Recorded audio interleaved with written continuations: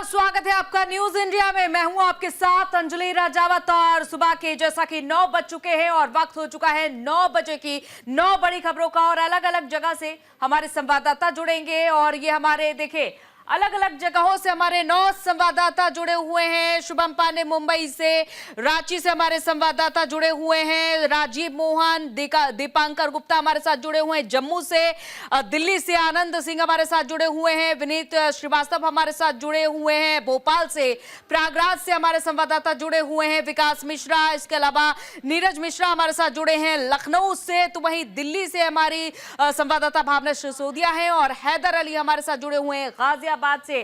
तो अलग अलग जगह से हमारे 9 रिपोर्टर जुड़े हुए हैं और अलग अलग जगह की अपडेट हम इनसे लेंगे, क्योंकि देखिए एक तरफ जहां विधानसभा चुनाव संपन्न हुआ है बीते कल और विधानसभा चुनाव 2024 पर न्यूज इंडिया का एग्जिट पोल भी आया है। एग्जिट पोल में महाराष्ट्र में महायुति को बढ़त मिली है और महायुति को 140 से 155 सीट मिलने के आसार नजर आ रहे हैं। महाविकास आघाड़ी को 122 से 135 सीट का अनुमान लगाया जा रहा है। एग्जिट पोल में झारखंड में एनडीए सरकार के आसार नजर आ रहे हैं और एनडीए को मिल सकती है 38 से 44 सीट। तो ये एग्जिट पोल दावा कर रहे हैं। एग्जिट पोल न्यूज इंडिया के एग्जिट पोल फिलहाल महाराष्ट्र और झारखंड के लिए फिलहाल जो सामने आया है, एक बार फिर से हम आपको बता देते हैं, जहां महायुति को महाराष्ट्र में 140 से 155 सीट मिलने के आसार नजर आ रहे हैं और वहीं दूसरा धड़ा एमवीए को 122 से 135 सीट मिलने के अनुमान लगाया जा रहा है। और वहीं न्यूज इंडिया का एग्जिट पोल झारखंड के लिए क्या कहता है ये भी आपको बता देते हैं। झारखंड में एनडीए सरकार के आसार नजर आ रहे हैं। एनडीए को 38 से 44 सीट मिल सकती है और दूसरी तरफ इंडिया ब्लॉक को इसे कब मिलने की उम्मीद नजर आ रही है। तो फिलहाल ये जो बड़ी जानकारी मिल रही है, महाराष्ट्र और झारखंड के विधानसभा चुनाव में जो एग्जिट पोल इशारा कर रहे हैं वो यही कर रहे हैं कि दोनों ही राज्यों में एक तरफ महाराष्ट्र में महायुति तो झारखंड में एनडीए की सरकार बनती दिखाई दे रही है। फिलहाल एग्जिट पोल जो दावा कर रहे हैं, लेकिन खैर अब ये नतीजे तय करेंगे, 23 नवंबर का इंतजार रहेगा। लेकिन एग्जिट पोल तो कुछ ऐसा ही इशारा कर रहे हैं कि महाराष्ट्र में इस बार महायुति की सरकार बनती हुई दिखाई दे रही है और झारखंड में एनडीए को बढ़त मिलती हुई दिखाई दे रही है। फिलहाल ये कह रहे हैं एग्जिट पोल न्यूज इंडिया के।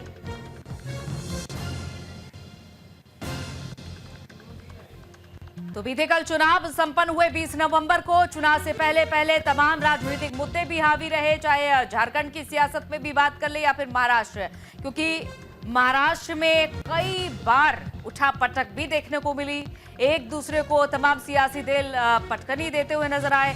असली नकली की लड़ाई भी देखी गई। Shiv Sena versus Shiv Sena, NCP versus NCP अपने ही अपनों के खिलाफ लड़ते हुए भी नजर आए।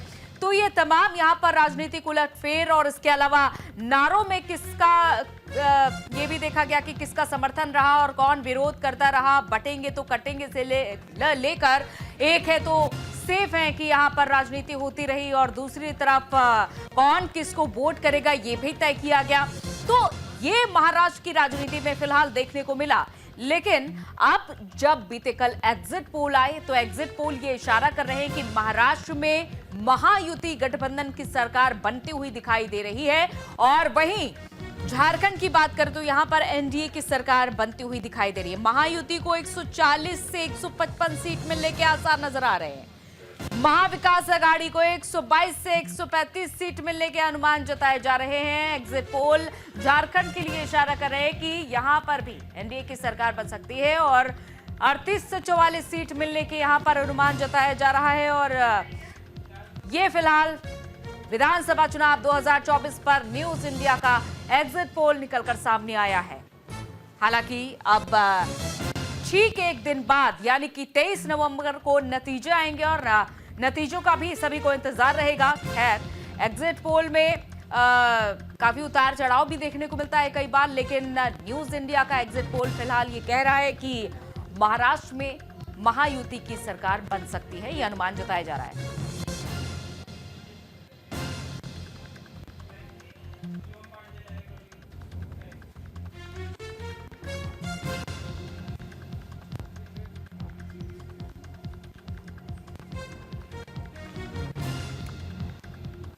तो चलिए, हमारे अलग अलग संवाददाता अलग अलग जगह से जुड़े हुए हैं।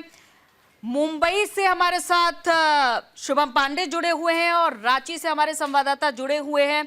तो सबसे पहले शुभम पांडे का रुख करते हुए, शुभम, फिलहाल देखिए, न्यूज इंडिया का एग्जिट पोल ये कह रहा है कि महाराष्ट्र में महायुति की सरकार बनने का अनुमान है। 142 से लेकर 155 सीट मिल सकती है फिलहाल।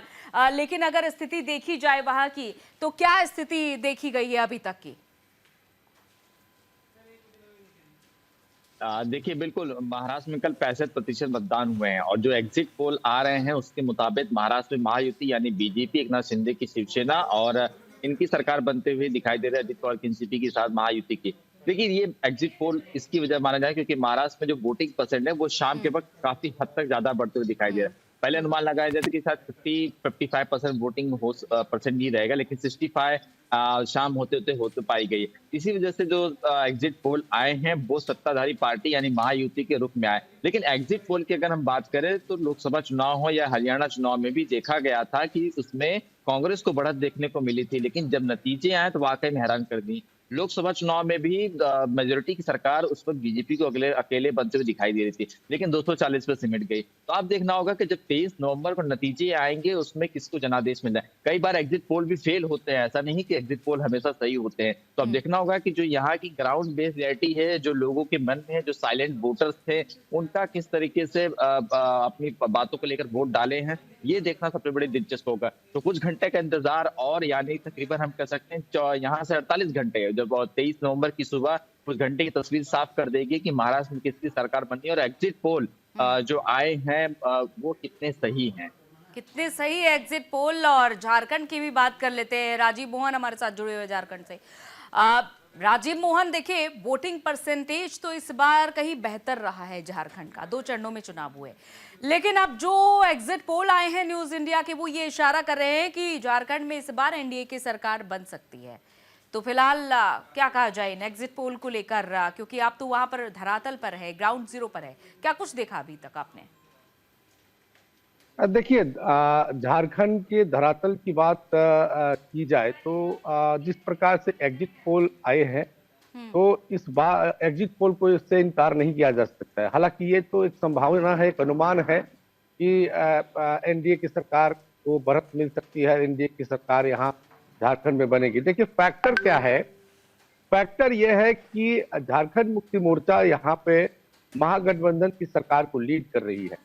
तो झारखंड मुक्ति मोर्चा की जो जड़ें हैं झारखंड में, उस बात से इनकार नहीं किया जा सकता है। और उनके जो वोटर हैं, कोर वोटर हैं, वो उनसे जुड़े रहे, इस बात से भी इनकार नहीं किया जा सकता है। लेकिन मुश्किल कहाँ है झारखंड मुक्ति मोर्चा के लिए? वो ये है कि उनके सहयोगी दल जो कांग्रेस है, कि क्या कांग्रेस पार्टी को जितनी सीटें मिली है, उतनी सीटें, वो जितनी सीटें मिली हैं उस सीटों में वो कितना इजाफा कर सकते हैं, कितना जीत के आते हैं। क्योंकि ये देखा जाएगा कि झारखंड मुक्ति मोर्चा की जो सीटें हैं वहां उनकी स्थिति बेहतर बताई जा रही है, एक अनुमान है। लेकिन जहां से कांग्रेस लड़ी है, उनकी सहयोगी दल, उनकी स्थिति बेहतर नहीं बताई जा रही है। कई जगह बताया जा रहा है कि झारखंड में जो है कांग्रेस को हार का सामना देखना पड़ सकता है। और यही कारण है कि जो भारतीय जनता पार्टी का गठबंधन है उसको बढ़त दिख रही है। ये एक बड़ा फैक्टर है। दूसरी बात, जिस प्रकार से देखिए, आदिवासी वोटर जो यहाँ के कोर वोटर होते हैं, तो कोर वोटर जो हैं यहाँ पे, वो कौन है? आदिवासी मूल निवासी है। लेकिन ये देखने को मिला है कि जो आदिवासी मूल निवासी हैं उसमें बहुत कमी आई है। और जो मूल निवासी हैं वो झारखंड मुक्ति मोर्चा के कोर वोटर माने जाते हैं। उसके बाद देखिए, आदिवासियों में कई बार धर्म परिवर्तन करके वो क्रिश्चियन धर्म को अपना लिए हैं या कुछ हिंदू धर्म को अपनाए हैं। तो इस तरह से जो भारतीय जनता पार्टी ने एक है तो सिर्फ है या बटेंगे तो कटेंगे का जो नारा दिया है, उससे एक अनुमान लगाया जा रहा है कि जो आदिवासी हिंदू विचारधारा के हैं वो झारखंड मुक्ति मोर्चा से हटकर अलग वोटिंग किए होंगे। और यही कारण है, ये कारण है कि भारतीय जनता पार्टी को इसमें एक बढ़त मिल सकती है। तो ये एक बड़ा कारण है। लेकिन तमाम जो बातें हैं वो संभावित है, एक अनुमान है, ये स्पष्ट नहीं कहा जा सकता है, क्योंकि हर सीट पर लड़ाई है। हर जगह ये देखा जा रहा है कि चाहे भारतीय जनता पार्टी के विपक्ष में जो भी उम्मीदवार खड़ा है, कांग्रेस के विपक्ष में जो भी उम्मीदवार खड़ा है, झारखंड मुक्ति मोर्चा के विपक्ष में जो भी उम्मीदवार एनडीए ने खड़े बिल्कुल, किए हैं, हर सीट पर सभी लड़ाई जगह और पर लड़ाई। हर सीट का अपना महत्व होता है। शुभम, देखिए झारखंड से हमारे संवाददाता जो जानकारी दे रहे थे, लेकिन महाराष्ट्र में भी कुछ ऐसा ही देखा जा रहा है। हालांकि अगर बात करें हम एमवीए की, तो जो सीटों का बंटवारा देखा गया कि कांग्रेस ने लगभग सभी को मन मुताबिक कहीं ना कहीं सीटें दी है, और अब कई सीटों पर ऐसी भी लड़ाई देखी गई जहां पर अपनों की ही अपनों से लड़ाई रही। तो ऐसे में हर सीट का अपना महत्व बढ़ जाता है। 2019 से इस बार का चुनाव कितना अलग रहा? देखिए, 2019 में सिर्फ 4 बड़े दलों की बीच लड़ाई थी। बीजेपी, कांग्रेस, एनसीपी और उद्धव ठाकरे तक की शिवसेना।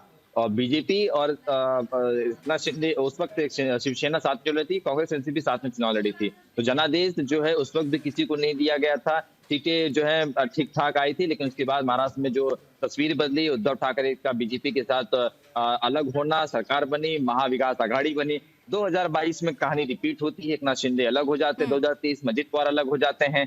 तो अब ये 6 दल की लड़ाई हो गई, 4 से ये 2 और नए दल आ गए हैं। कहीं ना कहीं अब इसका असर सीट्स पर भी पड़ने वाला है, नतीजों पर भी पड़ने वाला है। शुभम, राजीव मोहन, आपका बहुत बहुत शुक्रिया तमाम जानकारी के लिए। तो अब फिलहाल एग्जिट पोल तो यही इशारा कर रहे हैं। अब देखना होगा कि आगे क्या कुछ होने वाला है, परिवर्तन